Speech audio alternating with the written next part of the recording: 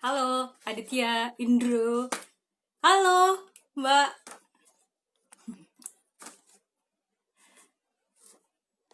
Tunggu ya. Tunggu yang lainnya. Biar ramean dikit. Aku siap-siap dulu.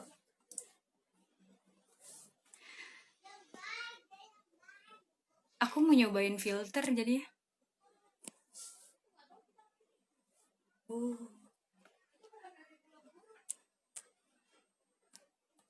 Oke.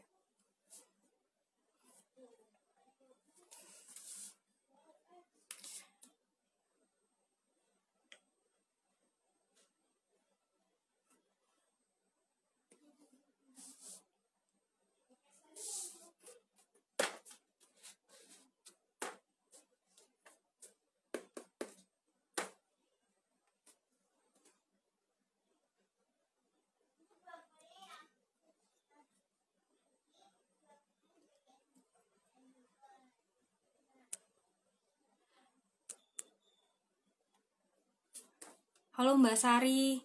Halo Mbak Lina. Kita sambil nungguin Mbak Erlina ya dari Cerdas Keuangan.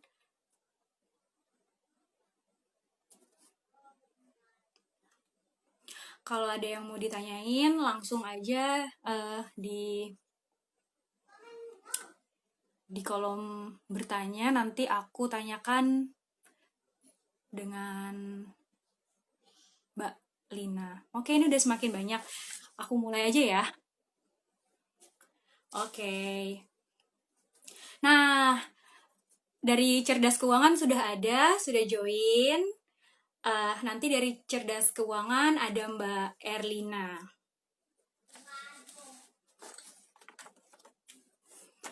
Oke, kita mulai, oke?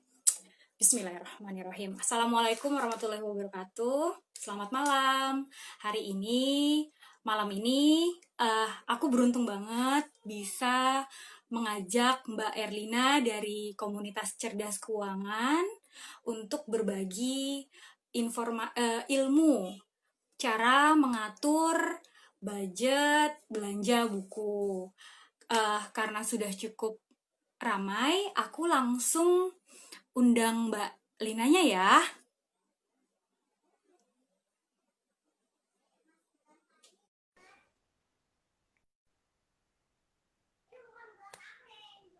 Suara aku cukup jelas kan? Hai. Halo Mbak Lina. Halo. Mbak Lina masih hitam di aku. Oh ya? Iya, belum muncul. Oh gitu. Coba aku cek dulu. Oke. Sudahkah? Belum. Kenapa ya? Kameranya udah. Iya, kamera selfie sudah. Oke, kita. Nah, karena tadi mukanya Mbak Lina dari Cerdas Keuangan belum muncul, jadi aku coba request lagi ya. Sebentar. Aku yang request kalau gitu. Sip. Mbak Lina tangkap. Bisa nggak?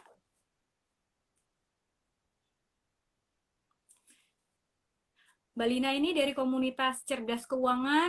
Beliau sudah berkecimpung, sudah sibuk, sudah menjalankan perannya sebagai perencana finansial tuh sejak 2012. Jadi udah 8 tahun melalang buana kemana-mana jadi narasumber. Jadi malam ini tuh beruntung banget aku dapat waktunya Mbak Lina untuk share tentang topik ini, tentang cara gimana kita mengatur budget belanja buku. Aku mau tanya dulu, siapa di sini yang kalau diskon, terutama buat anak ya, buku langsung kalap kalau ada diskon, kayak Big Bad Wolf kemarin. Aduh, aku banget. Itu kadang kita nggak cuma ratusan ribu loh untuk keluar, ya nggak sih? Siapa-siapa? Iya, kadang tuh sampai jut-jut nggak sih untuk ngeluarin buku dengan landasan berinvestasi dengan pemikiran investasi tapi kayak jadi jebol di dompet. Ntar ya, aku request lagi. Gimana Mbak? Mbak Lina, gimana Mbak Lina? Mbak Lima cuma iya, makanya belum bisa nih, aku request lagi deh ya. Tadi cuma cuma ada suaranya aja kan, belum ada ininya, belum ada mukanya, nggak muncul.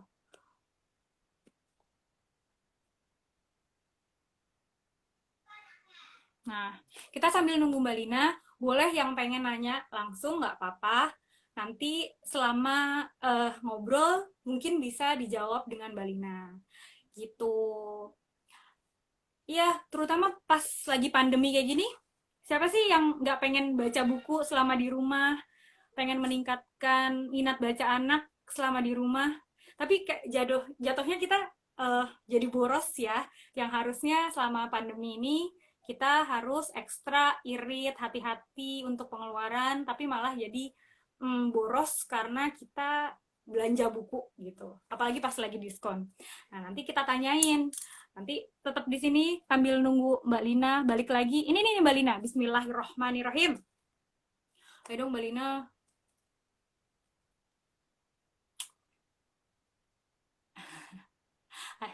Mbak Lina. Halo. Akhirnya. Oke, bismillah. Kamu pakai filter apa sih? Bagus amat. Aku mau ngasih tahu rahasianya. Jadi kalau kemarin aku live terus kayak yang karena di ruangan burem kan. Terus aku beli ring light gitu, Mbak. Kayak emo kayak gitu. Light. Sebenarnya bisa pakai laptop juga sih. Oke.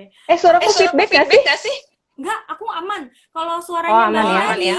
teman-teman gimana? Aman nggak? Aman ya. Mas Teo, Mbak Devi, aman kan suaranya Mbak Lina? Coba deh. Aman Lia, dong. Leo, semuanya nih teman-teman aku. Aduh, makasih. Aman ya? Oke. Sip. Oke. Udah oke, Mbak? Suaranya udah oke? Ya, Gambarnya sip. Kita mulai ya. Ya. Tunggu sebentar. Mbak, jadi gini. Oke. Nah, sebelum kita mulai diskusi kita, aku pengen dong Mbak menjelaskan tentang komunitas cerdas keuangan itu apa sih? Jadi teman-temanku tuh nanya, cerdas keuangan itu apa? Terus gimana? Terus pokoknya dia pengen tahu apa sih cerdas keuangan itu. Oke. Halo, selamat malam teman-teman dari Mbak Jogi Huta Barat. Juga mungkin ada teman-teman dari Cerdas Keuangan. Nih saya lihat Pak Taufik udah masuk nih. Halo Pak, apa kabar? Jadi Mbak Jogi Huta Barat, kita baru ketemu ya. Kita baru ketemunya online ya. Sebenarnya komunitas Cerdas Keuangan itu adalah komunitas yang sangat peka terhadap edukasi keuangan. Jadi moto kita memang learn, share, and practice your financial gitu. Ya. Jadi komunitas ini memang sudah terbentuk dari 2012. Mbak Lina katanya suaranya Eko. Iya memang makanya. Tadi aku ini suaranya Eko. Kenapa ya? Sebentar. Kalau gini gimana? Nah, kalau gini gimana teman-teman? Aman nggak? Aman belum suaranya? Kamu dari laptop ya, Mbak? Device-nya berapa mati? Oke, sekarang udah aman belum? Ya? Mbak Nita, Mbak Afafia. Tes. Cek. Kalau mic cek. Biasanya enggak. Masih kah? Yogi aku mau ya. Gimana masih Eko nggak suaranya Mbak Lina teman-teman? Udah enggak ya? Udah aman insya Allah. Oke Mbak, lanjut. Tapi di aku masih kerasa ekonya nih. Masih ya? Problem di aku kah? Enggak kan ya? Ya udah kita terusin aja ya. Ya bismillah. Oke, gitu ya. Jadi komunitas cerdas keuangan itu berdiri dari 2012 kan. Kegiatannya banyak, mulai dari kita tuh awalnya dari Twitter. Kemudian beralih ke kegiatan kelas offline, ketemu dengan teman-teman, belajar keuangan, kayak gitu. Bahkan ada yang curhat, ada yang ya banyak deh.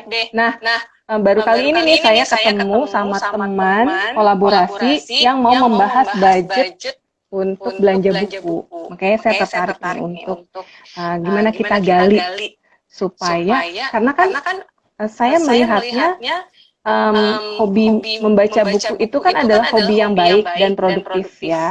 Tapi memang butuh dari sisi finansialnya, Banget, Mbak. gitu ya. Nah, saya pengen sebenarnya saya ini juga sih sangat-sangat open gitu for semuanya teman-teman. Kalau seandainya mau ada yang konsultasi di luar dari tema ini sih, it's okay gitu. Ya, Mbak Lina tuh baik banget, nggak pelit ilmu sama sekali. Oke, Mbak, jadi gini, kan sekarang lagi pandemi nih, banyak orang tua bahkan yang pokoknya semua yang tinggal di rumah tuh pengen melakukan kegiatan yang berguna, yang positif, yang meningkatkan kualitas diri gitu kan. Salah satunya membaca buku. Tapi di satu pihak lagi gitu kan. Jadi mereka mereka membeli buku otomatis ya. Mereka membeli buku selama pandemi ini. Banyak banget toko-toko buku yang mengadakan diskon gede-gedean. Nah, tapi di sisi lain selama pandemi juga kita kan harus kayak punya uang jaga-jaga ya, istilahnya mungkin uang jaga-jaga di aku, nggak tahu finansialnya gimana. Nah, ini gimana Mbak buat mensiasati problematika ini?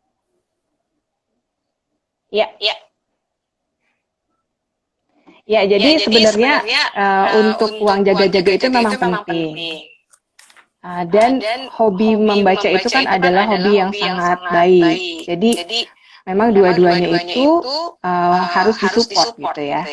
Tapi sebesar apa support kita pada hobi ini, itu kan tergantung pada kondisi keuangan kita masing-masing nih.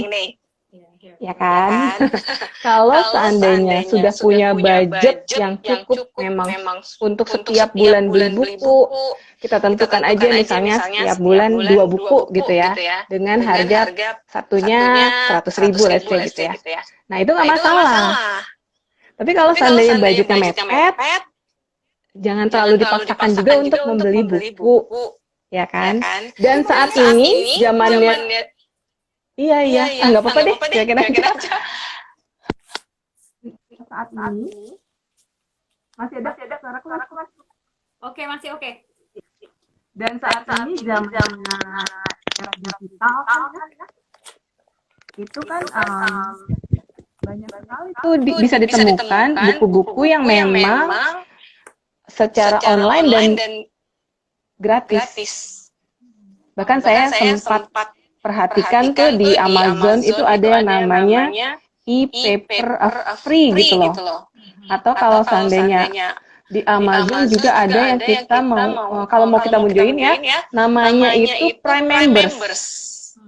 Prime Members itu kita bisa pinjam setiap bulan. Mungkin Mbak Jogi juga udah tahu ya. Iya, aku Prime Members untuk Amazon. Iya, aku sebenarnya memang dari Perpus Nasional juga ada banyak pilihan e-book, tapi memang karena aku book antusias kali ya, jadi ada preferensi kalau misalnya secara aku pribadi aku lebih suka baca buku fisik. Aku punya Kindle bahkan nggak kepake gitu. Tapi kalau misalnya memang ada yang suka, memang itu alternatif bagus banget memang kalau pakai yang gratisan e-book gitu. Iya. Itu kan alternatif ya. Sebenarnya aku banyak banget nih pilihan-pilihan yang teman-teman bisa nanti ambil. Yang pertama adalah menyiapkan rekening khusus untuk membeli buku.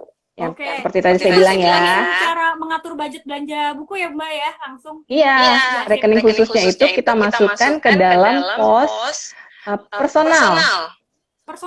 Ya, personal. Jadi di dalam pos personal itu kan bisa isinya lifestyle, atau misalnya mau jalan-jalan, atau mau yang sifatnya personal gitu. Kita masukin ke situ. Biasanya sih aku alokasikan itu adalah sebesar 10%. 10% dari mana, Mbak? Dari keseluruhan keseluruhan pengeluaran. Oh, keseluruhan pengeluaran ya, bukan 10% dari Bukan. pendapatan. No, no, no, no. Gede banget. Iya dong, gede banget. Tapi kan cost lifestyle itu nggak cuma untuk beli buku kan. Mm-mm. Biasanya sih kalau saya, Mm-mm. cost lifestyle itu saya gunakan untuk jalan, bukan jalan ya, hangout yang tiap weekend. Mm-mm.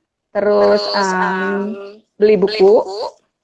Mungkin ini ya personal personal care kayak gitu-gitu. Oke. Ya kan? Kalau seandainya sebelum pandemik biasanya saya gunakan untuk nonton bioskop kayak gitu-gitu lah. Pokoknya yang sifatnya memang bukan spending wajib Oke. itu di pos itu. Nah, yang kedua adalah teman-teman bisa melakukan ini alokasi ya biaya yang saling silang. Wah, apa tuh Ya. Mbak? Saling silang. Alokasi biaya yang saling silang. Maksudnya gini, kalau seandainya di saat pandemik ini ada beberapa budget yang memang tidak terpakai, misalnya transportasi, biaya untuk anak-anak sekolah, kemudian biaya untuk fashion mungkin karena kan kita di rumah aja, nggak mungkin dong belanja-belanja baju ya. Ya kan?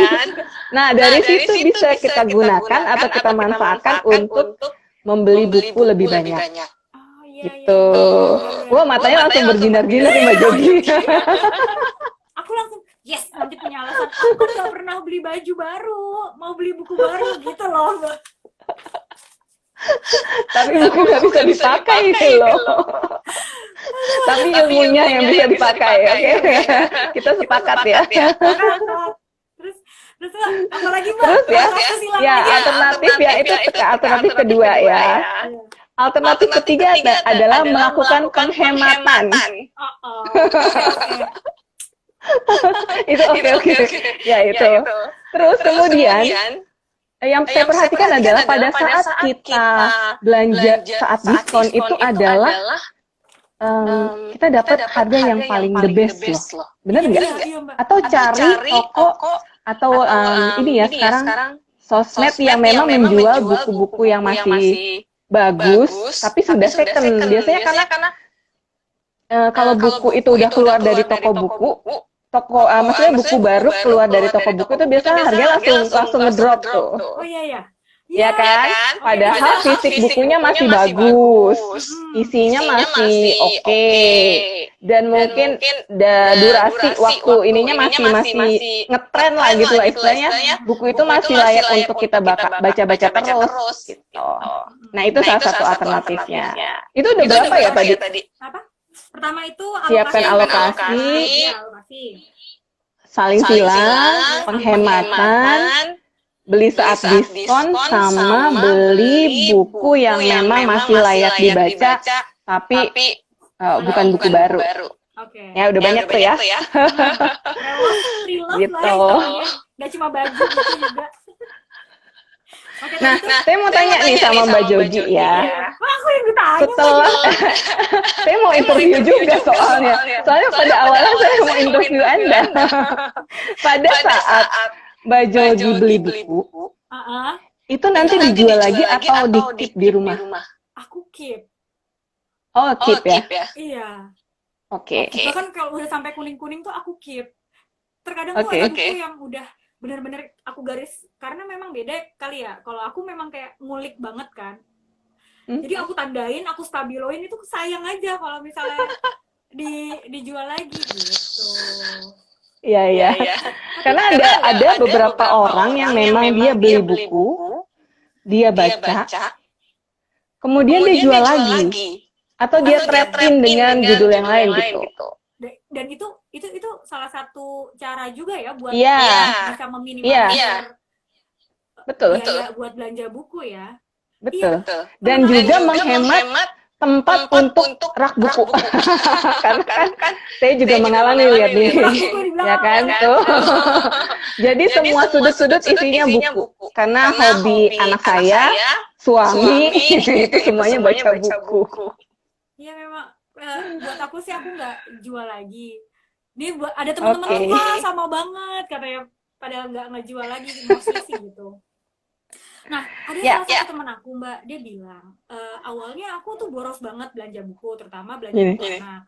Tapi lama-lama dia siasati dengan dia juga menjual buku anak. Jadi itu tuh hal yang sama juga nggak sih? Itu salah satu untuk mengatur budget belanja buku juga nggak, Mbak? Kalau tindakan Iya, kayak iya, gitu? betul.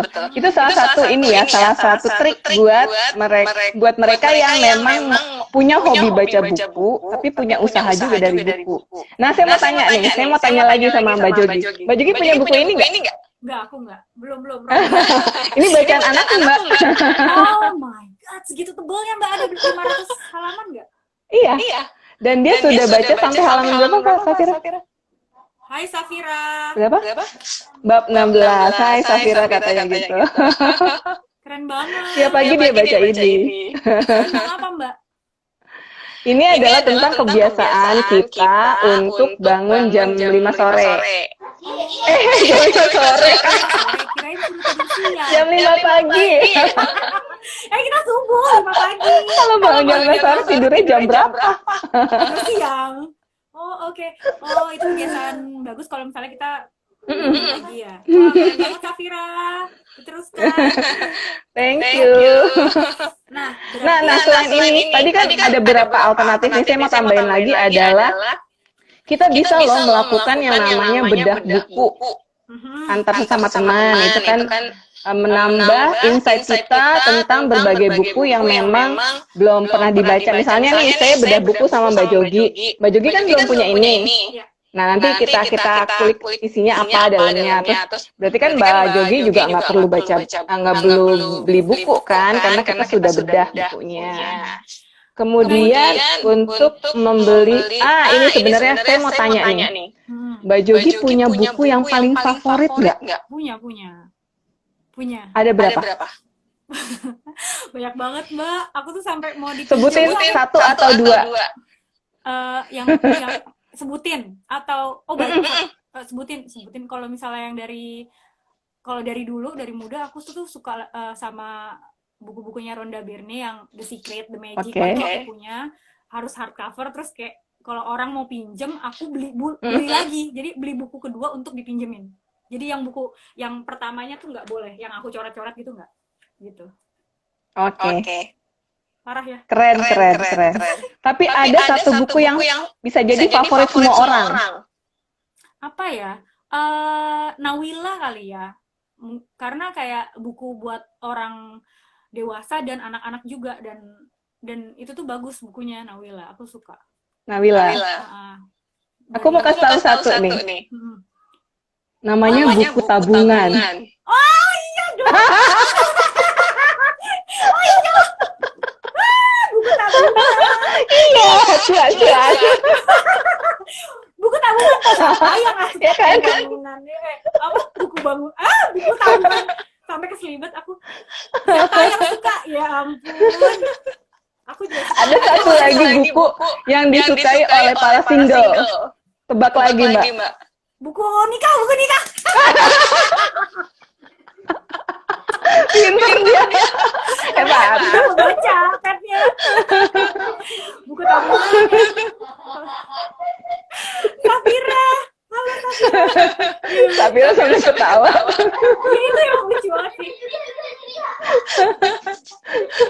Safira kalau ditanya buku kesukaannya buku tabungan juga, ya kan? Oh iya pasti lah. Ya makanya saya bilang itu favorit semua orang kan. Dan dengan mempunyai buku tabungan, otomatis Anda akan berhemat kan untuk membeli buku yang lain ya enggak? Ya bisa, benar, itu benar banget lah, udah nggak bisa dipungkiri, buku tabungan terus ngeliat isi debitnya kan, kurang nih tabungan saya, jadi terkontrol ya Mbak belanja bukunya ya kan? Iya. Lihat dulu berapa akunnya, ya berapa sisa duit bulan ini, jadi nyadar diri untuk belanja buku. Yes. Oke, Mbak. Oke. Tadi yang kamu bilang biaya saling silang itu bisa ya kalau misalnya menjawab pertanyaan teman-teman yang bilang, aduh kadang tuh diskon buku dadakan, nggak nggak yang kita Ya, rencanain apa pengeluaran bulan ini atau bulan depan tuh nggak bisa ya, ya. direncanain. Kadang tiba-tiba ada Periplus tuh ya, buku impor, tiba-tiba Mm. buku anak di cabang ini diskon gitu, udah nggak bisa terkontrol. Nah berarti si alokasi biaya saling silang tadi bisa jadi solusi ya Mbak? Bisa. Uh-uh. Bisa, tapi tetap kendalinya ada di kita kan. Kadang kan kita yang beli. Seberapa besar kita mau ngeluarin uang untuk belanja buku, kita kan kendalinya justru ada di kita. Jadi sepanjang kita masih punya prioritas yang terpenting apa, ya nggak masalah juga, gitu loh. Iya, oke. Mbak, Ya kan? kalau misalnya ada yang bilang, aku sih nggak pelit-pelit ya buat belanja buku. Aku tuh nggak punya, misalnya aku nggak pernah ngalokasiin duit karena menurut aku tuh buku investasi, kata dia gitu. Menurut Mbak, bener apa enggak? Dan dari sisi mana investasinya gitu? Misalnya kayak Itu benar. Karena itu kejadian juga di keluarga kita.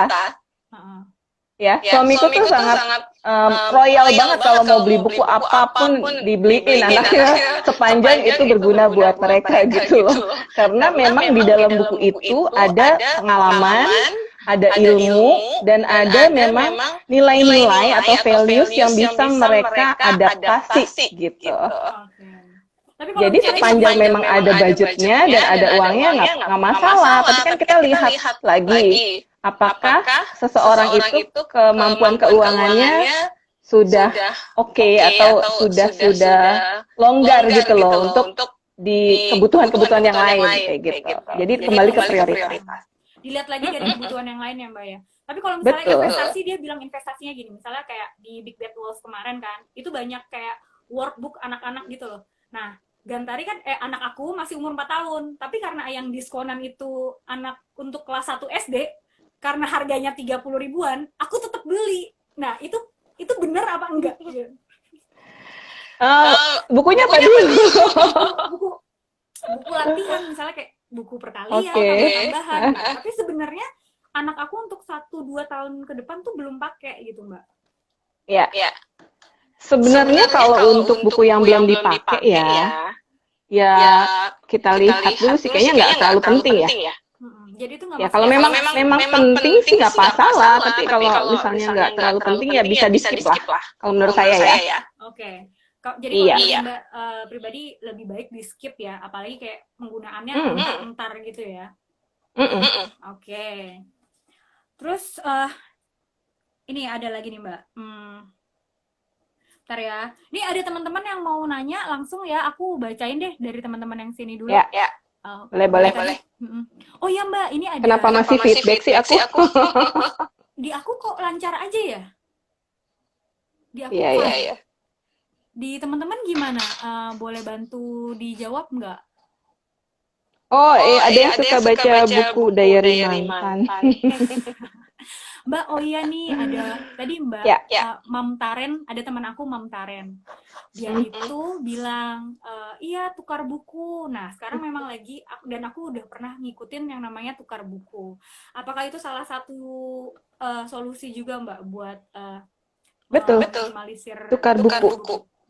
Reseller, terus kita trade-in, itu juga ada salah satu solusi sih. Atau garage sale mungkin. Setelah buku-buku yang udah, misalnya kita batasin setahun atau 2 tahun, udah kita taruh di lemari aja gitu ya.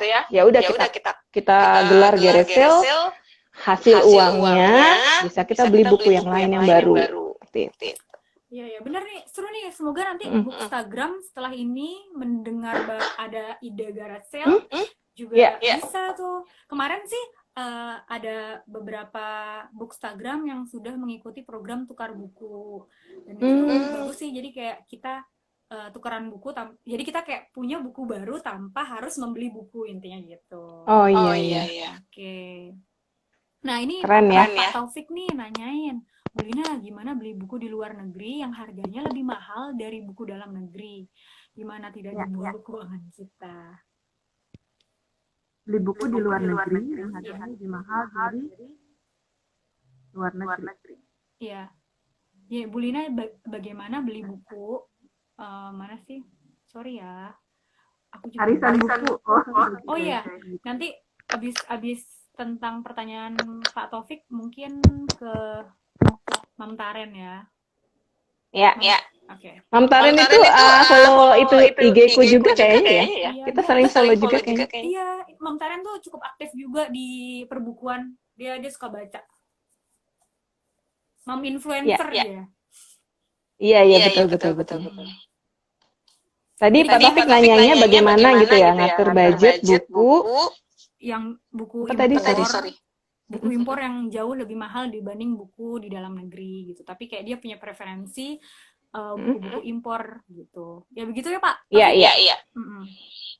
Ya tadi seperti saya bilang sih, alternatifnya pertama cari e-book karena e-book itu cenderung lebih murah, atau beli tapi nitip temen yang sedang ke sana, atau cari memang buku yang lagi diskon. Banyak kan caranya kan.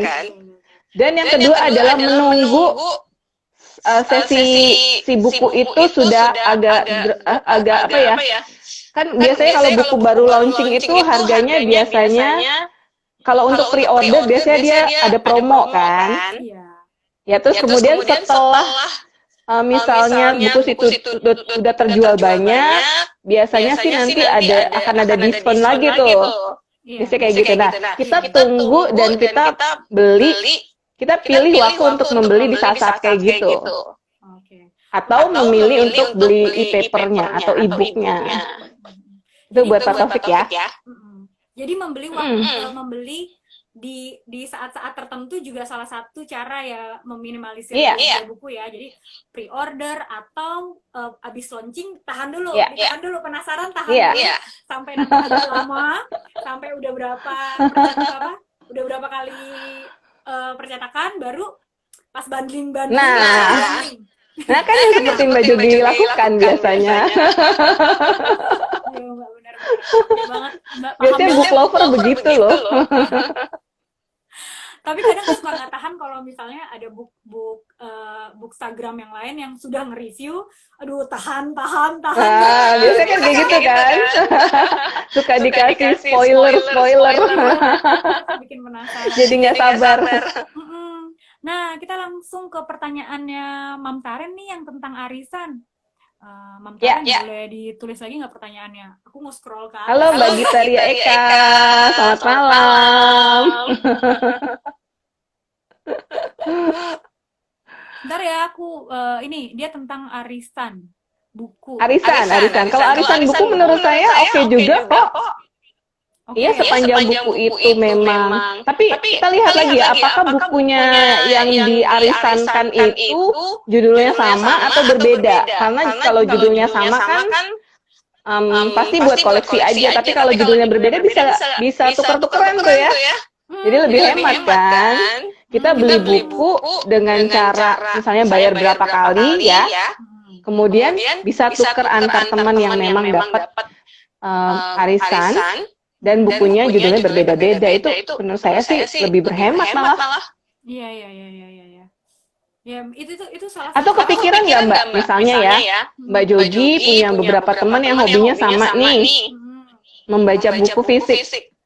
Kepikiran nggak untuk misalnya mengumpulkan buku-buku itu terus dibuatkan perpustakaan? Nah, di situ mungkin ada kegiatan storytelling, read a book, kayak gitu-gitu. Kan lebih bagus. Mbak Lina itu dream aku banget, aku peluk dong.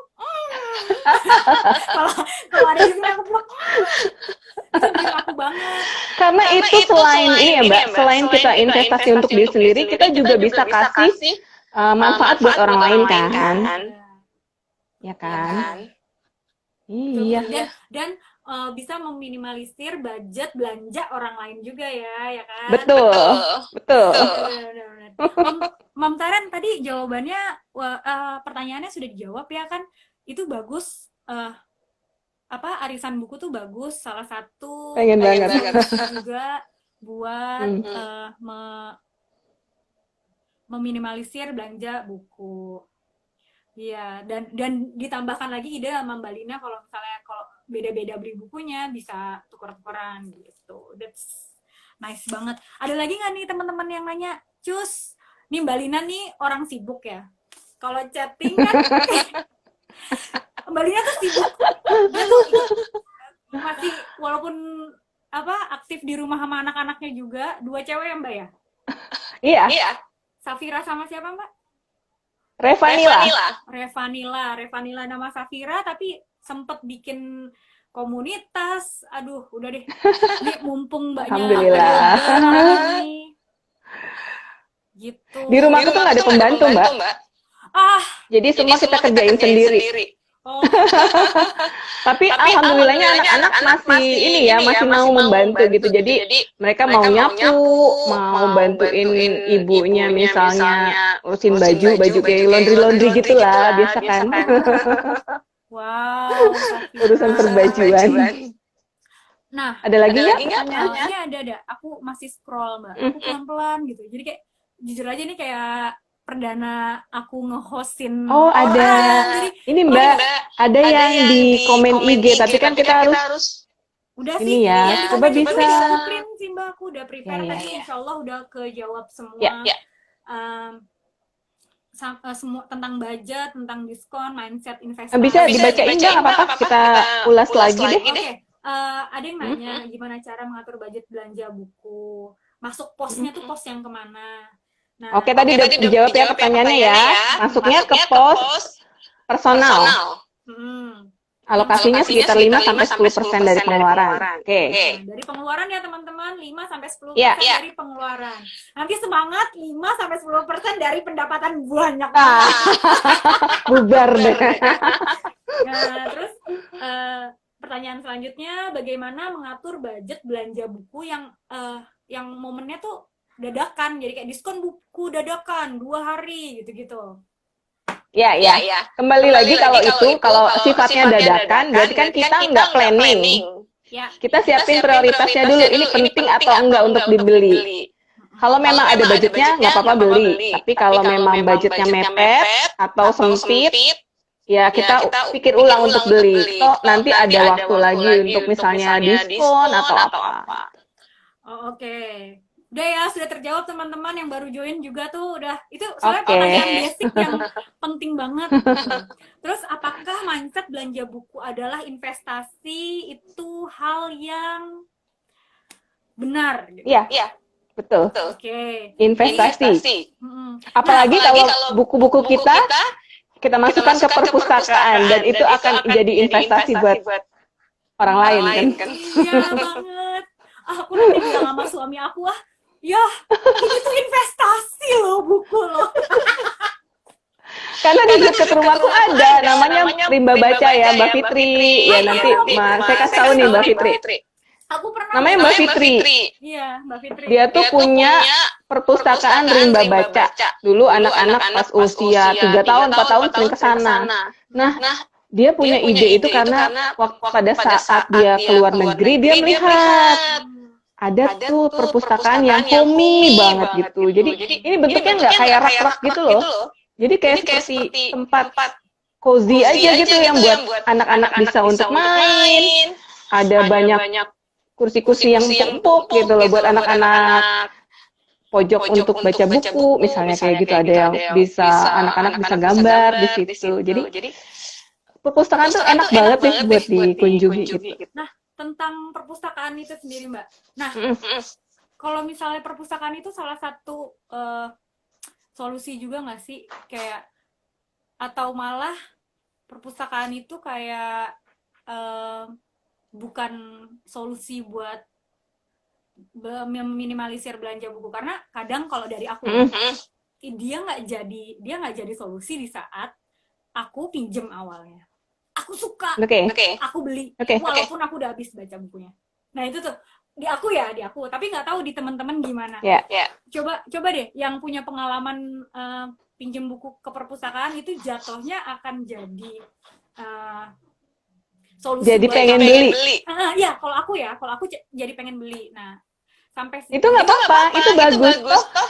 Istilahnya gini loh, Mbak Jogi punya banyak aset investasi buku yang nantinya mau digunakan untuk apa nih? Apakah mau disimpan terus di rumah atau mau digunakan untuk value edit yang lebih banyak lagi. Kalau misalnya pilihannya Mbak Joji pilih untuk disimpan di rumah, berarti kan itu untuk koleksi pribadi Mbak Joji, mungkin sama anak-anak juga dan keluarga. Tapi kalau misalnya Mbak Joji berpikir untuk menambah value edit ke masyarakat atau ke orang lain, kan bisa dijadikan perpustakaan sebenarnya dari aset yang udah ada. Ya kan? Iya. Oke. Iya. Jadi itu bukan masalah ya kalau misalnya aku kayak Bukan masalah, sepanjang nanti ada project berikutnya yang memang nambah value buat yang lain. ya berarti ya. Iya. Ya ini kayak Karena kemarin waktu itu, karena di Rimba Baca itu ya yang saya mau sharing tadi, kalau orang mau masuk dan membaca buku di situ ada membership fee-nya tiap bulan. Iya. aku pernah Mbak bacain buku cerita di Rimba Baca dulu sebelum pandemi Februari apa Januari. Iya. Kok kita nggak ketemu ya? Apa kita ketemu sebelumnya? Tapi kita tidak mengenal. Aduh. Terus, nah Mbak kan tadi bilang dari Mbak sendiri kayak dari keluarga yang suka baca gitu kan ya. Nah untuk ke anak-anak sendiri, Mbak punya budget khusus nggak? Misalnya kayak kamu setiap bulan hanya boleh 2 buku gitu, nggak lebih gitu. Ada itu nggak? Atau dibebasin, bener-bener dibebasin untuk ngatur itu? Biasanya ada waktu di mana mereka dapetin buku setiap tahun itu tiap ulang tahun biasanya ada ayahnya beliin buku satu. Itu biasanya budgetnya sekitar 200 ribuan. Nah kalau memang anak-anak, sebenarnya saat ini anak-anak belum ada budget khusus untuk beli buku mahal. Paling saya ini ya, batasin harganya tuh 100 ribu lah per bulan kayak gitu. Oh, tetap Jadi ada kalau ya? lebih dari 100 ribu ya mesti izin mamanya dulu untuk beli. Gitu. Oh, oke. Tapi Ya. memang masing-masing memang harus dikasih budget ya, nggak lost begitu aja. Iya dong. Mau beli buku enggak, oke. Ya. Terus kalau misalnya Mbak, kan sekarang nih banyak banget kayak publisher kayak Mizan, pokoknya buku-buku anak gitu ya, yang mereka tuh misalnya jual buku langsung 15 gitu, series gitu 1, 2, 3, 4, 5 sampai 15, tapi lebih murah gitu. Tapi nanti otomatis harganya langsung ya, misalnya kayak langsung keluar 2 juta gitu. Nah, menurut Mbak Lina, mendingan kita beli langsung 15-nya 2 juta karena lebih murah atau tetap satu-satu gitu? Itu aku agak dilema sih kalau yang kayak gitu. Karena pengalaman aku juga nih, suamiku pernah beli buku seri, bahkan dia beberapa kali ya beli buku seri dari satu penulis yang memang dapat diskon kalau nggak salah gitu. Jadi aku hitung-hitungnya sih kalau memang dia beli sekaligus itu lebih murah ya nggak apa-apa. Oh nanti dia kan juga pengen seri yang lain tuh nanti walaupun dia nyicil satu-satu tetap aja harganya lebih mahal jadinya kan. Kalau menurut aku sih nggak masalah gitu. Sepanjang itu lebih hemat ya dari yang beli satu-satuan. Oke. Jadi kamu bukan yang kontra langsung beli yang gedean itu, enggak ya Mbak ya? Berarti memang kalau yang lebih murah dan kita mampu bisa gitu ya untuk beli yang yang itu. Oke. Nah, dan tadi aku balik lagi ke tentang alokasi biaya saling silang. Ini mungkin teman-teman ada yang baru join, karena itu menarik menurut aku. Jadi tadi Mbak Lina bilang kalau misalnya alokasi buku itu bisa disiasati dengan alokasi biaya saling silang. Boleh diceritain lagi Mbak? Soalnya memang ada teman-teman yang baru join. Oke. Biaya saling silang. Iya. Aku suka soalnya. Misalnya itu trik. Ini tuh aku nggak nyaman soalnya Eko nih suaranya nggak asik. Iya. Jadi biaya saling silang itu adalah pada saat kita membeli buku dan ada budgetnya. Misalnya budget per bulan untuk beli buku 500 ribu. Nah, Nah, ada ada pos pos yang lain yang pada saat pandemi ini berkurang atau lebih sedikit.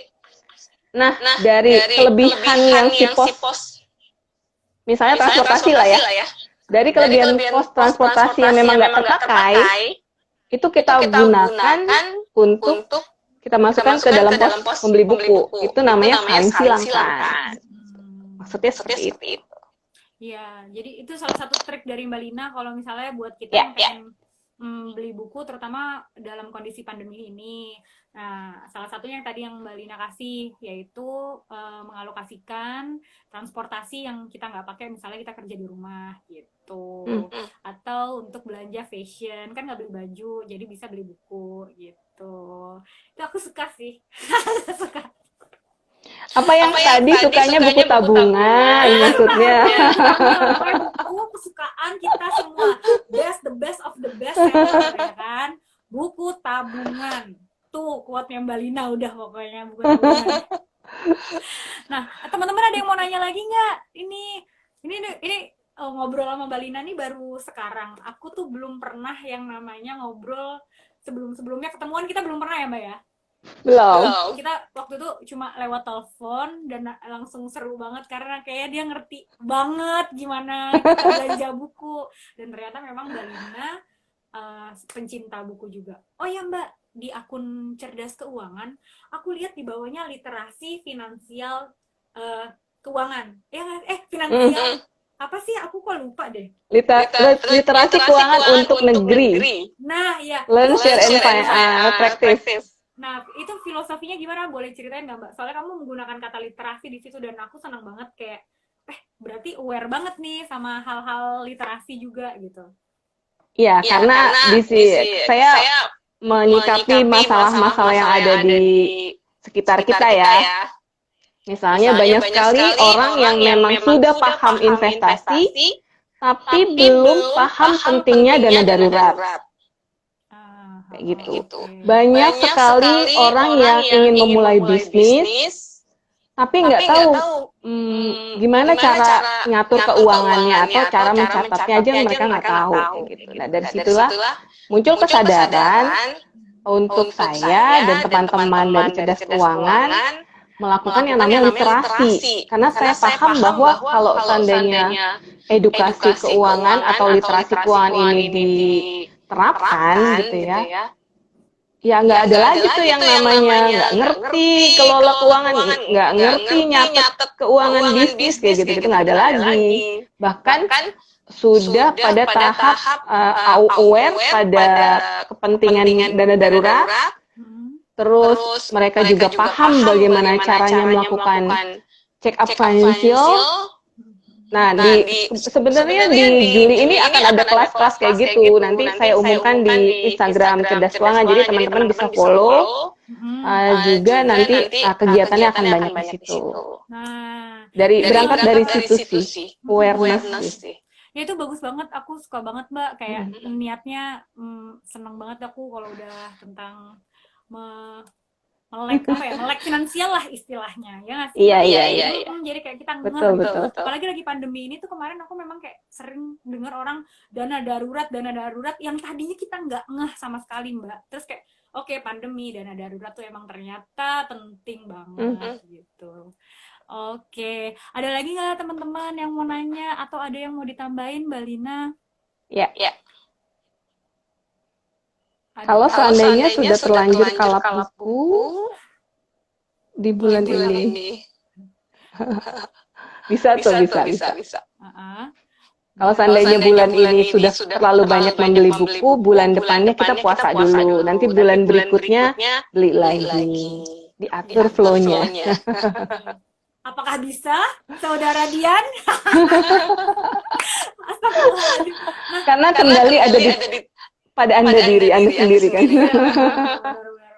Apalagi tipe yang gini, pasti ada nggak teman-teman yang gini, dia tuh baca belum selesai. Tadi salah satu teman ada yang komentar deh, aku lupa namanya siapa di Instagram. Dia bilang, Nur, ya aku lupa lah siapa.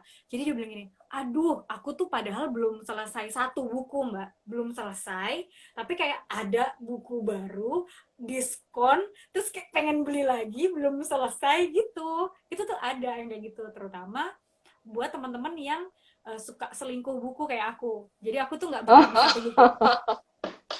Terus aku nggak betah di satu buku. Apalagi kalau misalnya buku-buku yang kayak self improvement gitu kan kalau dibaca terus membosankan juga ya Mbak ya. Jadi kayak terus kayak nggak ada bacaan lain nih alasan ya.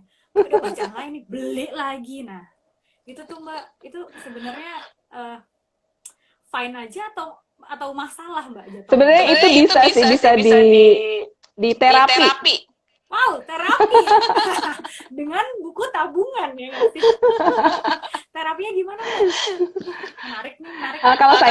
Kalau saya adalah melihat kepentingan lain selain itu. Misalnya, saya banyak banget prioritas tujuan keuangan yang mau saya capai. Baik itu tujuan jangka pendek, jangka menengah, dan jangka panjang. Oke. Nah, kalau kita udah terpikir untuk bagaimana cara mencapai tujuan jangka panjang, yang seperti beli buku, terlalu banyak, itu tuh pasti akan berkurang ininya, apa passion atau apa ya, nafsunya gitu loh. Karena selain beli buku, ternyata ada tujuan keuangan yang lebih besar lagi dan lebih butuh biaya banyak lagi gitu. Oke. Ya, ini bagus banget ini. Memang harus tersadarkan. Jadi teman-teman yang senasib sama kayak aku, suka selingkuh buku, baca buku belum kelar terus pengen beli buku lagi, ingat, kita punya apa tadi kata Mbak?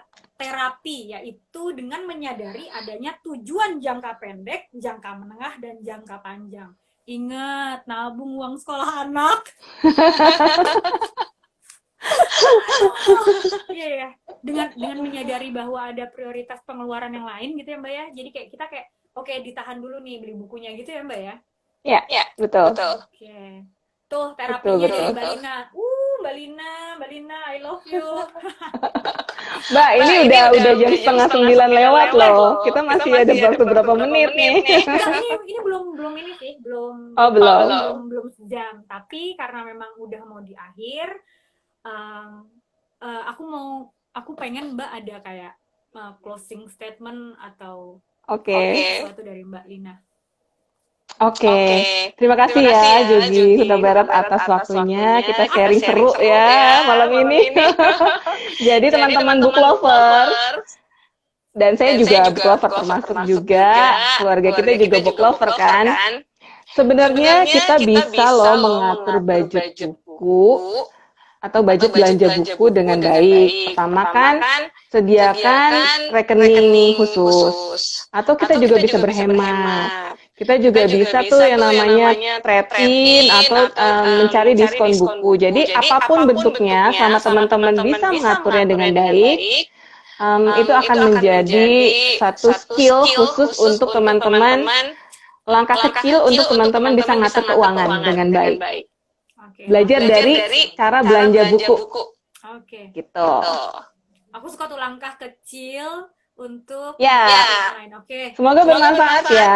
Dan di cerdas keuangan itu selain tema-tema yang menarik seperti ini juga banyak tema-tema basic yang teman-teman mungkin bisa nanti tanyakan langsung atau ikut kelasnya.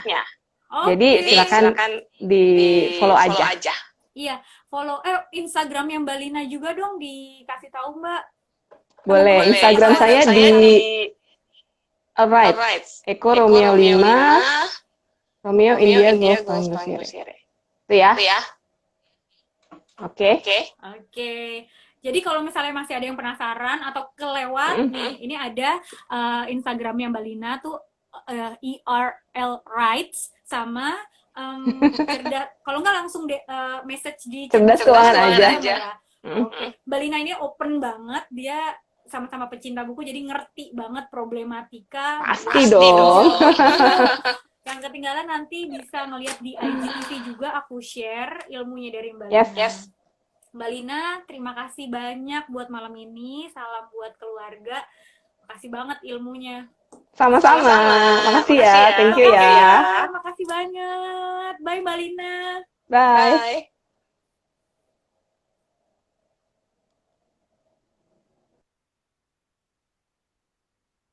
Oke. Buat teman-teman makasih ya. Ada Ebong, ada Pak Taufik, ada Mbak Leni dari Kumparan, ada Mbak Reka, semuanya aku sebutin satu-satu. Ada Mbak Dian, Kak Jogi, Kak Lina, kalian keren, kamu juga keren. Terus siapa lagi nih? Ada Melovia, teman SD aku. Terus ada ini Fajar, ini Tian atau suaminya aku nggak tahu, ada Uul ponakan aku, pokoknya semuanya makasih banget. Nah nanti videonya akan aku share di IGTV, semoga berguna, dan aku berterima kasih sekali buat Mbak Lina dan Cerdas Keuangan buat ilmunya. Jadi buat kalian yang mau belanja buku, ya diatur-atur budgetnya, banyak solusi lain yang bisa dilakukan kalau misalnya memang sangat-sangat suka baca buku dan pengen banget baca buku. Tadi yang Mbak Lina bilang ada rekening khusus, berhemat, ada trade-in, banyak cara yang bisa dilakukan. Untuk teman-teman yang masih penasaran, cus message Mbak Lina, orangnya baik banget, dan pada dasarnya dia book lover dan keluarganya, anak-anaknya, suaminya semuanya suka buku, jadi dia paham banget problematika untuk kita yang boros buku. Ups, oke. Dan kita sepakat kalau misalnya kita semua suka sama satu buku ini yang paling bestseller, yaitu buku tabungan. Terima kasih Mbak Lina, itu buku tabungan, buku bestseller semua orang. Semua suka buku tabungan. Terima kasih buat teman-teman. Terima kasih ya, terima kasih. Sampai jumpa lagi buat next tema yang lain, masih terkait sama buku. Makasih ya. Bye.